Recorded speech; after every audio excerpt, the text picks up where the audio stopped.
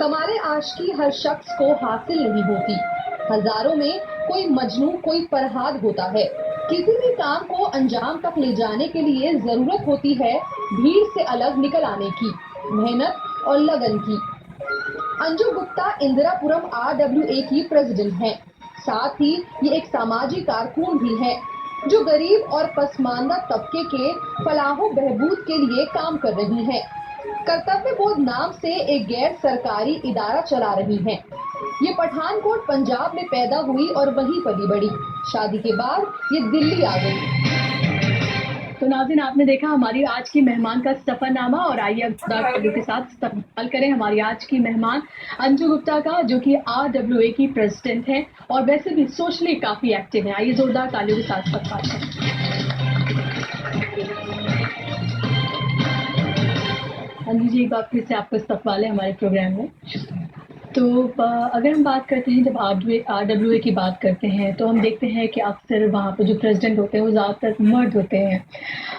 आप जब वहाँ की प्रेसिडेंट बनी तो आपको कैसा लगता है, क्या जिम्मेदारियाँ हैं आपके ऊपर?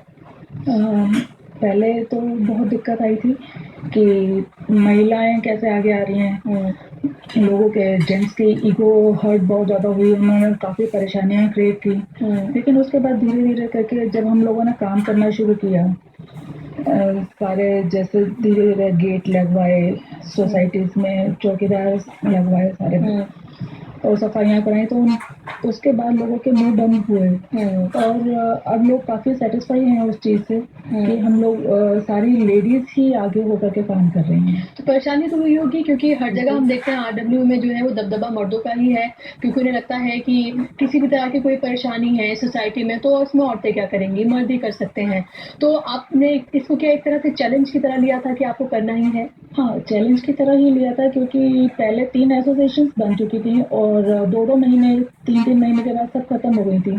सिर्फ जेंट्स जो कलेक्शन होती थी उससे शराब वगैरह पीना और पार्टीज करना अपना वो चलता था।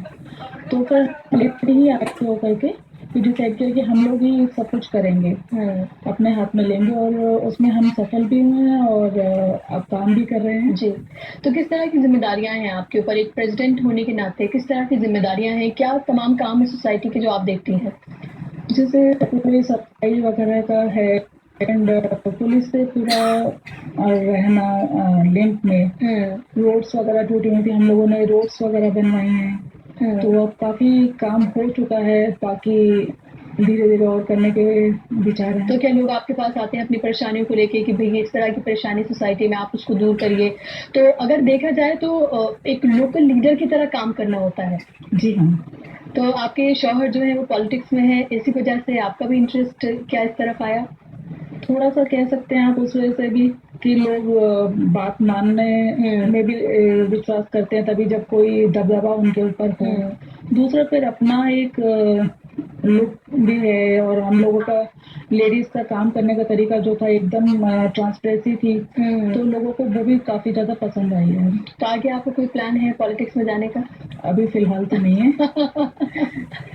क्योंकि अक्सर देखा जाता है कि जो RWA से जुड़े हुए लोग होते हैं वो उनका एक एम्बिशन होती है कि आगे जाके कोई ना कोई पॉलिटिकल पार्टी जो है ज्वाइन कर लें, क्योंकि इसी तरह से वो अपने लिए एक प्लेटफॉर्म जो है वो तैयार करते हैं। ऐसे जो इधर की इंदिरापुरम की फेडरेशन है उसमें भी मैं मेंबर हूँ, लेकिन इतना ज़्यादा पॉलिटिक्स में आने का भी इच्छा नहीं है। जी, और अगर एक RWA की जब हम बात करते हैं तो उसमें और क्या क्या चीज़ें होती हैं? क्या वो बच्चे जो अच्छी तरह से पढ़ नहीं पा रहे हैं अपनी सोसाइटी के, जो डिप्राइव्ड लोग हैं, क्या उनको भी देखभाल करना, उनको देखना भी कोई जिम्मेदारी इसमें आता है?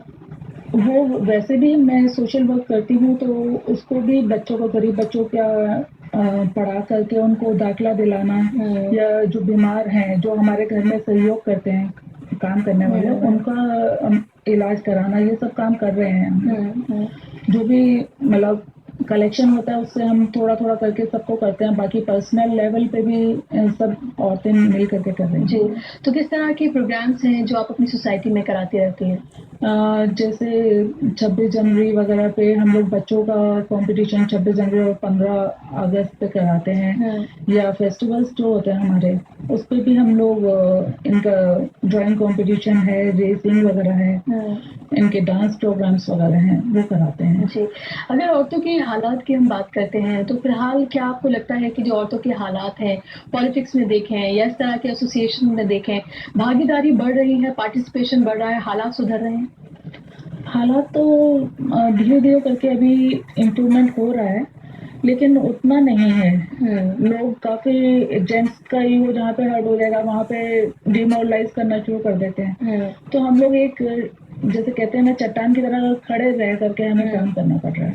कभी ऐसा लगा कि अब बहुत हो गया और बहुत लोग परेशान कर रहे हैं और क्या मैंने सरदर्दी अपने सर पर ले ली, इतना काम करना पड़ता है, छोड़ देते हैं इसको? लगता है, लेकिन अगर हम लोगों ने छोड़ा तो फिर वही हाल हो जाएगा, इसलिए हम लोग उस चीज़ को कंटिन्यूअसली कर रहे हैं। बर्दाश्त करना पड़ता है, लोगों का काम है बोलना, हम लोग आगे काम कर रहे हैं। तो क्या आपने इसे एक एम की तरह लिया हुआ है कि नहीं, एक मिसाल बन के दिखानी है, ताकि जब मैं इसको छोड़ूं तो कोई और जो वहाँ की खातून है या महिला है वो आके इसको ज्वाइन करे और हम एक तरह से अपना दबदबा इसे बनाकर रखें? जी हाँ, यही है कि लेडीज ही जैसे इलेक्शंस होंगे तो सेकंड टाइम अभी तो सिलेक्ट हुए ही हैं, जब अब हमारा टेन्योर खत्म होगा तो हम लोग यही चाहेंगे जी कि कोई और आए लेडीज में से।